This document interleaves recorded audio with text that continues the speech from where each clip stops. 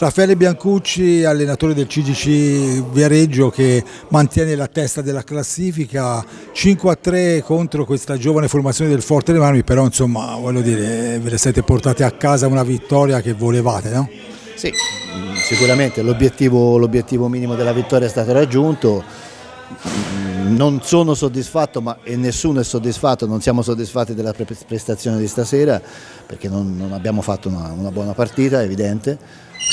Anche merito di questi ragazzi che giocano molto bene, sono bravi, dinamici, non hanno mai mollato, per cui merito a loro, ma sicuramente noi non siamo stati all'altezza della situazione stasera.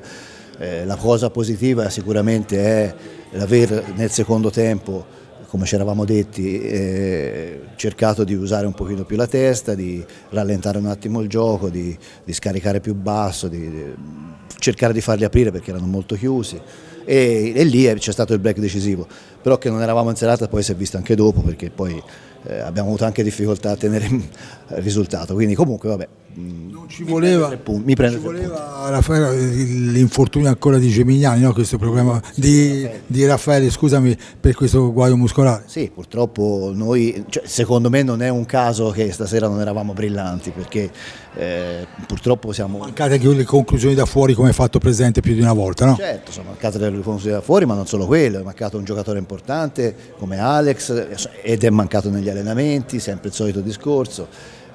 Abbiamo avuto altri problemi perché Liam ha qualche difficoltà e si è visto, è uscito, è rientrato perché aveva difficoltà, aveva dei dolori, per cui Samuele aveva una mano gonfia oggi perché ha preso una palinata giovedì in allenamento, cioè abbiamo un sacco di piccole situazioni che danno fastidio, però che durante una stagione succedono e questo la grande squadra deve essere brava e intelligente a superare queste situazioni indenni.